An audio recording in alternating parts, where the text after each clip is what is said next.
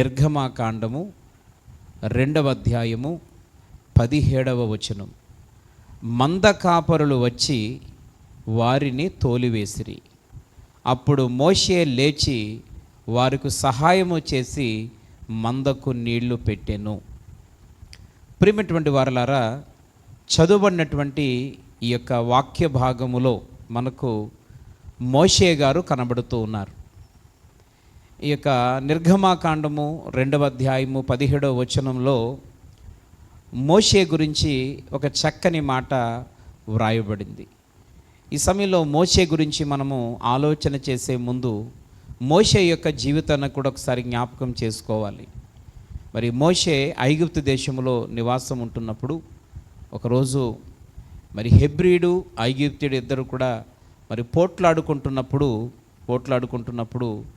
మరి ఈయన మోషే గారు వెళ్ళి ఐగుప్తుడిని మరి చంపేశాడు. ఆ తర్వాత ఏం చేయాలో తెలియక ఆ ఇసుకలో పాతి పెట్టేసి మరి ఎవరూ చూడలేదు కదా అనుకున్నాడు. కానీ మరుసటి రోజు మరొక ఇద్దరు మరి హెబ్రీలు పోట్లాడుకుంటున్నప్పుడు వారి దగ్గరికి వెళ్ళి వారికి న్యాయం చేయాలనుకున్నప్పుడు వారు అంటున్నారు, మరి నిన్నటి దినాన మరి ఐగుప్తుని చంపినట్లుగా మమ్మల్ని కూడా చంపాలని చూస్తున్నావా? వెంటనే మోషే భయస్థుడై, ఎందుకంటే ఎవరూ చూడలేదనుకున్నాడు, కానీ మరి ఆ విషయం వీరు చూశారనే సంగతి అర్థమైన తర్వాత ఖచ్చితంగా వీళ్ళు ఈ విషయాన్ని రాజుగారికి చెప్పేస్తే మరి రాజు ఖచ్చితంగా మరి ఆగ్రహించి నన్ను చంపేస్తాడనేటువంటి భయంతో మరి ప్రత్యేకంగా ఆ ఐగుప్తు రాజు అయినటువంటి ఫరో యొద్ద నుంచి మరి మోషే పారిపోయినట్లుగా మనం వాక్యంలో చూస్తూ ఉన్నాం. ఆయన పారిపోతూ ప్రియులారా మరి మిద్యాను అనేటువంటి ఆ దేశము దగ్గరికి అతను చేరుకున్నాడు. ఆ మిద్యాను యొక్క దేశము యొక్క ఆ పొలములలో ఉన్నటువంటి ఒక బావి దగ్గర ఆయన ఆగాడు, అలసట తీర్చుకుంటున్నాడు. ఈ లోపల అక్కడ జరిగినటువంటి కొన్ని సన్నివేశాలు ఏంటి అని అంటే, ఆ యొక్క మిద్యాను దేశములో మరి మిద్యాను యాజకుడైనటువంటి రగుయేలు యొక్క మరి కుమార్తెలు 7 అక్కడ మందను మేపుకుంటూ ఉన్నారు. అనేక మంది గొర్రెల కాపరులు వారి యొక్క మందలను కూడా తోలుకుని వచ్చారు. అక్కడ ఉన్నటువంటి కాపరులు ఆ బావి మీద ఉన్నటువంటి ఆ రాయిని తీసే విషయంలో వారు సహాయం చేయటం వలన మరి మేమే ముందు మా మందలకు నీళ్లు పెట్టుకుంటామని మరి వీరు ఆడపిల్లలు కనుక వీరిని పక్కన పెట్టి వీరితో వాద్యమాడి వీరిని ఓడించి మరి వాళ్ళు నీళ్లు చేదుకుంటున్నప్పుడు అక్కడ రాయబడినటువంటి మాట చూస్తున్నాం. ఆ మంద కాపరులు మరి ఈ యొక్క ఆడపిల్లల్ని త్రోసివేసినట్లుగా చూస్తున్నాం.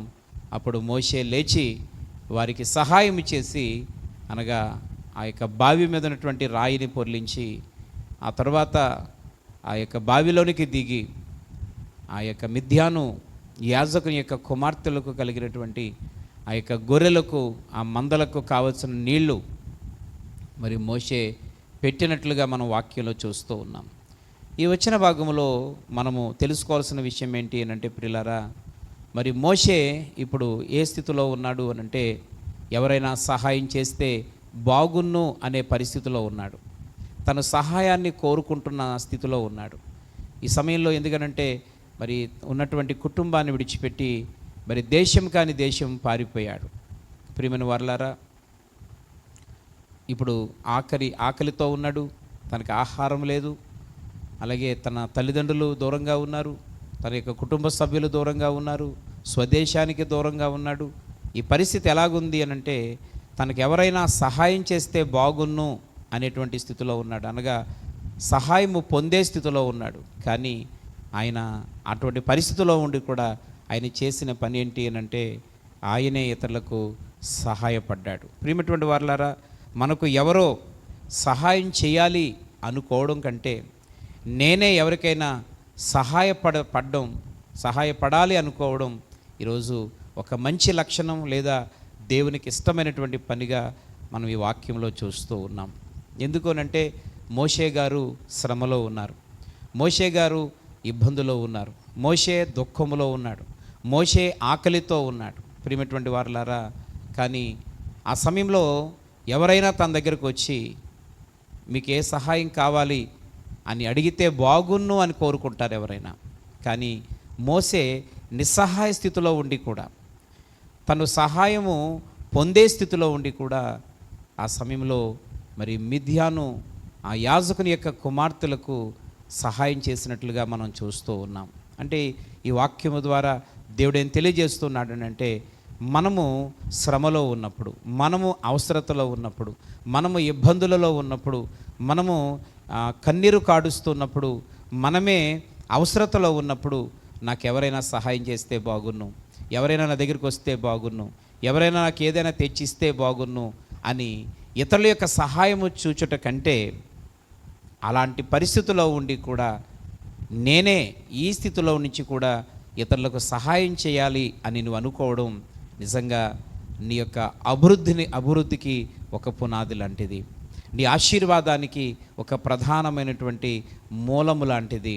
ఎందుకనంటే మరి మోషే గారు రిక్తుడుగా, ఏమీ లేనివాడిగా, ఒంటరిగా ఆ స్థలానికి వెళ్ళాడు. కానీ మోషే యొక్క చరిత్రను మనం తర్వాత చూసినప్పుడు మరి ఒంటరిగా నిస్సహాయ స్థితిలో వెళ్ళినటువంటి మోషే ఆ సహాయం చేసిన తర్వాత, కానీ ఆ సమయానికి ఆయన చేసినటువంటి సహాయం మాత్రం ప్రతిఫలాన్ని ఆశించి అయితే చేయలేదు ప్రియులారా.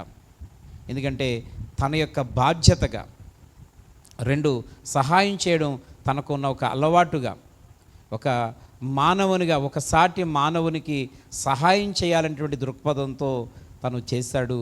కానీ చేసినటువంటి పనికి తగినటువంటి ప్రతిఫలాన్ని మరి పైనుంచి చూస్తున్నటువంటి దేవుడు మోషేకి ఇచ్చినట్లుగా మనం తదుపరి వచ్చిన భాగములలో చూస్తాం.